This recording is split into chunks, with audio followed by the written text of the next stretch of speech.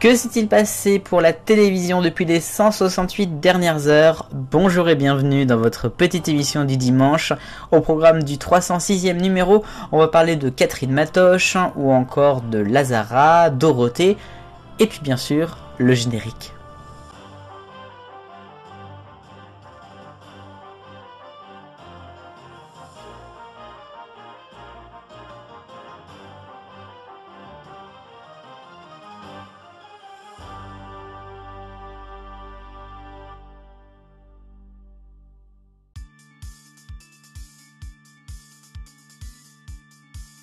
En une ce dimanche, Catherine Matoche quitte France Télévisions. Bon, c'est pas une surprise avec la suppression des éditions nationales de France 3. On s'attendait à une information comme celle-ci qui a été dévoilée par le Parisien vendredi. Oui, mais Catherine Matoche dément cette information, elle n'est pas au courant. Est-ce que c'est vrai, est-ce que c'est faux, je ne sais pas.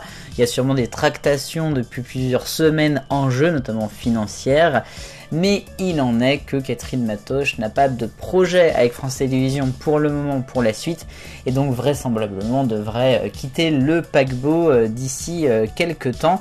Elle est actuellement en arrêt, hein, elle a eu quelques petits problèmes de santé il y a encore quelques semaines, et donc elle devrait revenir au mois de juin, et pour quelques semaines avant de s'arrêter totalement, avec donc la fin des éditions nationales qui devrait avoir lieu au mois d'août prochain. C'est très triste d'avoir ça, surtout que le projet Tempo qui va donc remplacer les éditions nationales n'est pas franchement encore au point à mon sens.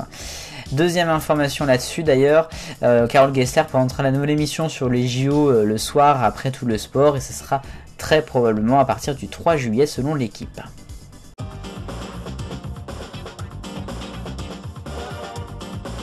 Merci pour vos votes. La semaine dernière, je vous ai demandé qui va remplacer Nikos à la tête de 50 Minutes Inside sur TF1. Vous avez été en très grande majorité à répondre Karine Ferry en pole position. En deuxième, c'est Monsieur Christophe Beaugrand, et en troisième, Hélène Manarino. A noter que chaque personne a eu au moins une voix. La question de la semaine, quel avenir pour Catherine Matoche? Télé, pas télé, changement de chaîne, pas changement de chaîne? À vous de me le dire.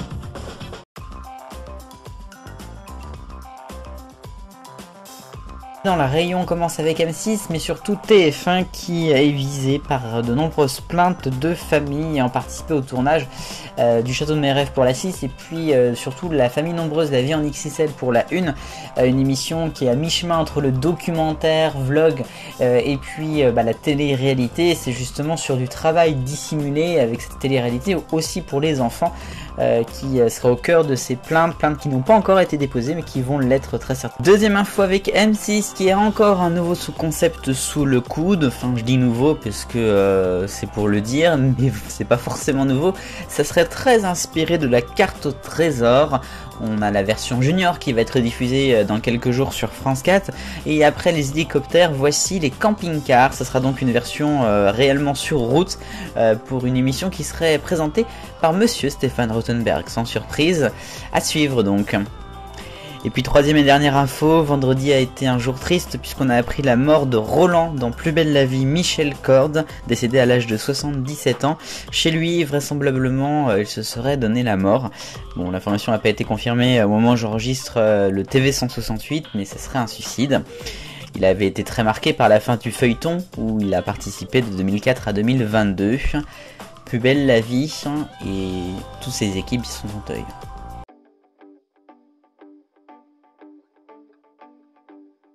Un focus quand même Eurovision puisque nous entrons dans la semaine la plus importante de l'année pour le concours.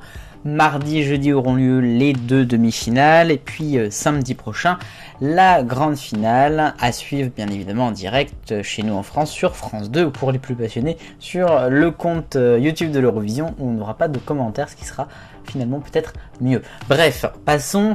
L'Eurovision c'est un événement et en France il y a bien sûr Lazara qui va participer pour représenter notre pays. Je rappelle que Lazara a eu une répétition jeudi, une autre hier.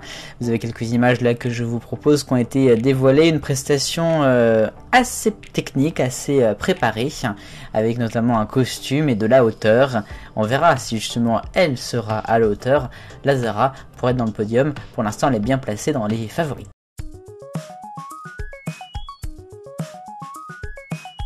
L'arc-en-ciel des audiences est le rouge et pour TFX avec la Villa Lundi qui tombe à 0,4% de part de marché. En orange, c'est C8 avec la méthode Koé les 20 ans, deuxième prime qui est en dessous des 400 000 téléspectateurs. Je pense que là c'est clair, ça ne reviendra plus. Le jaune est pour France 3 avec le grand concours des régions de danse folklorique. En dessous les 2 millions, c'était vendredi.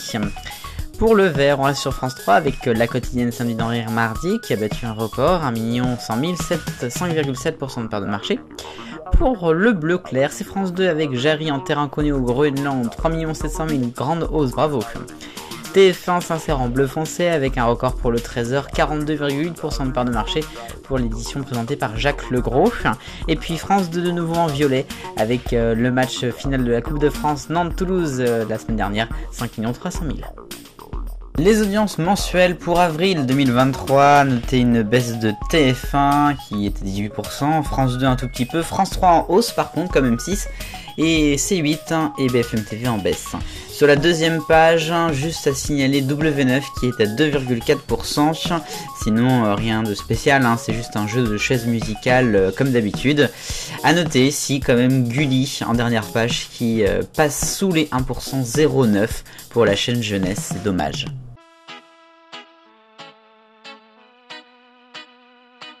Et enfin, des nouvelles de Dorothée, l'idole des jeunes des années 80 et 90, qui se fait rare dans les médias, à la télévision, même si elle aimerait, par exemple, être héroïne d'une série, peut-être, je sais pas moi, des meurtres, quelque chose comme ça. Mais là, c'est au cinéma que nous allons la retrouver, et c'est quand même plutôt bien pour elle, et puis pour le film. Le film qui sortira le 7 juin prochain, il s'agit de Transformers, Rise of the Beast. C'est un nouveau Transformers qui sortira donc dans un mois. Dorothée est en fait la voix d'un des personnages qui s'appelle Erazor. C'est un personnage qui, je crois, est experte dans le ciel, d'où le nom R. Dorothée qui signe donc un retour au cinéma et ça fait plaisir après Nicky Larson. Ainsi va la télévision ce dimanche 7 mai 2023. Dans exactement 168 heures, nous saurons si Lazara et la France ont remporté l'Eurovision. Suspense, à vous de pronostiquer. Nous, on se retrouvera le samedi pour le Top TV, juste avant. En attendant, vive le bonheur, on est tous des millions de copains. Salut!